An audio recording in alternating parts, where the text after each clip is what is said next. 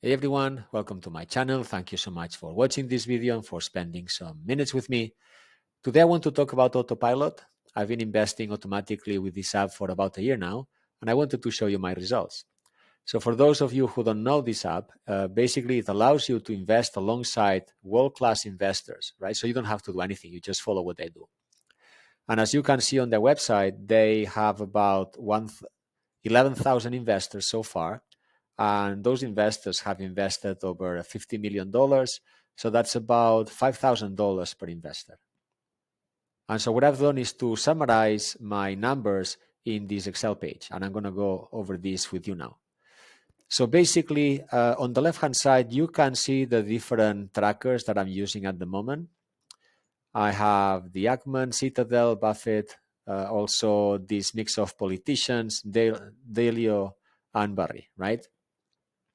I started with Barry, and I think I started investing. What you see in the chart, the blue line is the evolution of the S&P 500 from January 2023 until December 2023. And so I started investing first with this app, following Barry, and was around the end of January, very early February, right? And so the trading here, if you draw a line from left to right, I'm trying to put the numbers up here, right? So if I invested between the end of January and early February, that means that any investment that I made below this line here, right, should have given me between 15 and let's say 20%. Why? Because if I had invested everything down here in January, the S&P 500 now is 23% up. And so if I had invested at this point or at this point, I would be getting 16% or 18%, right? And then if you draw the line to the right, that means that those numbers would be the same if you had invested down here or here or here or here or here or here or here, etc. And so as you can see, by the way, most of my investments to this app happened, I think, in the first half of 2023, mostly because after that I reached a point where I didn't want to increase my risk using one particular app, so I stopped adding additional funds. So my money was invested until June 2023. So I was, my expectation was to get at least what the S&P was getting if I had invested here, or more than that, because the reason I'm doing this with this app and also some other investments I have here that I'll mention later is to try to beat the S&P 500. So if I was investing down here, I should have received a return of, let's say, 23% or 15 or 18%. Now look at my numbers, right? The tracker that is performing better for me is the Ackman one, and I'm just gaining 12%. Yes, that's still, a good number and still above 8, 9, 10% above inflation probably. But my concern is it's not close to the numbers that I should have received if I just had invested this amount of money in the S&P 500. I've been trying to go through the returns more or less on a monthly basis. And for example, the Citadel one is one that performs very well when the market is going down. So when the market, let's say, was going down here in this from August to November, that's the one that was performing better. And so over the past few weeks, since the market started to go up since November, the Ackman one and the Buffett one are performing very well as well, or are catching up. Now, the Dalio one has always been a bit at the bottom for me, so I'm not too happy with this one. And I think the Barry one is expected because he's always, if you've watched his movie or the movie where they tell about his story, you'll understand a bit why, right? Because he's betting against the market. And so my problem is that when I started investing, the minimum per tracker is $500. So I added a bit more in this one.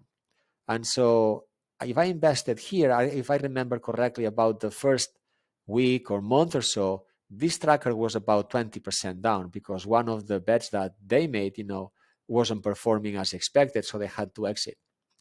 And this affected me quite a lot. And that meant that, it's been difficult for me to catch up the rest of the year and to go back to zero or to positive numbers. So what I'm planning to do with these trackers next year is probably to, now that they are all positive, is to cancel some of them and to reinvest them somewhere else. And so the other thing to consider with this app is that you have to pay a quarterly fee. I think it's about $30. That's this, 120 that I mentioned here. So it's $30 per quarter. That's 120 to just be to just follow the trackers automatically to whatever they do. So I think the main problem with this system is that the different trackers, your trading is not automatic, doesn't match 100% the time to when they make the trades, right?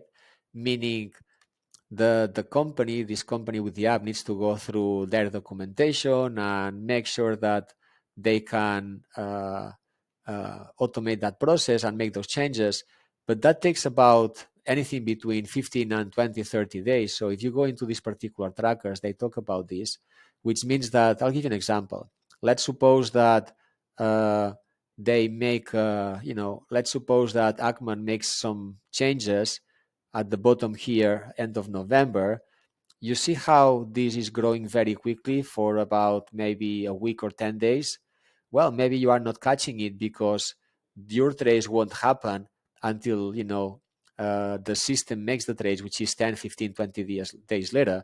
So then you are losing quite a lot of time when this is going up very quickly, and then you are starting the investment here, and that makes a difference, right? So that 5 or 6 or 7 or 8% that of difference between the S&P and this, I think it's affected by that a little bit.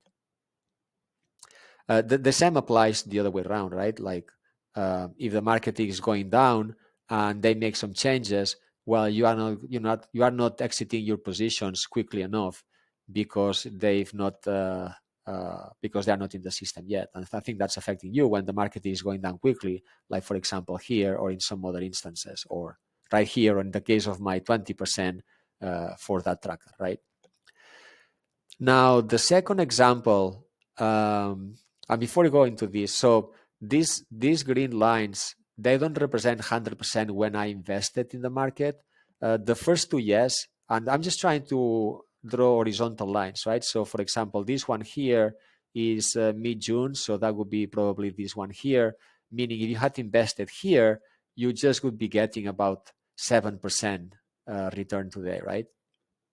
Instead of the 23%.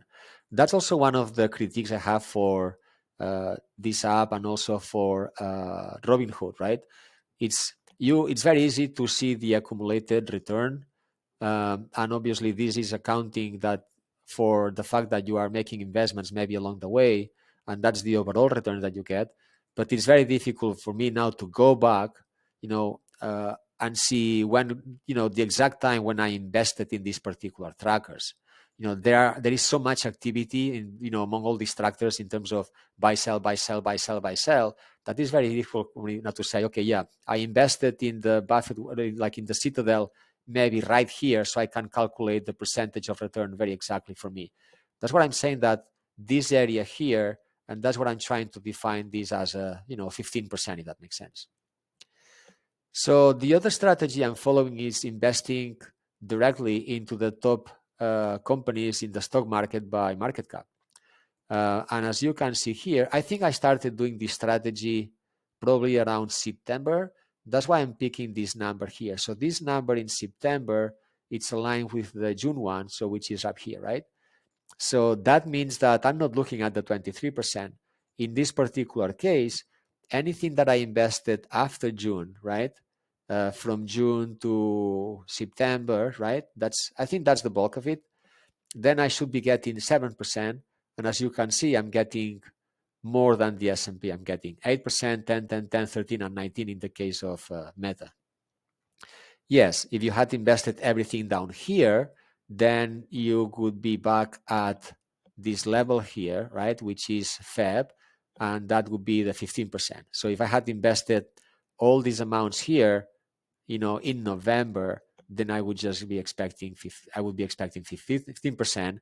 So, I wouldn't be making money with these amounts, but I think I invested before that. And so that's why I'm going back to my 7% up here. Or, let's say, 7, 8%. So all these things are above the S&P at the moment.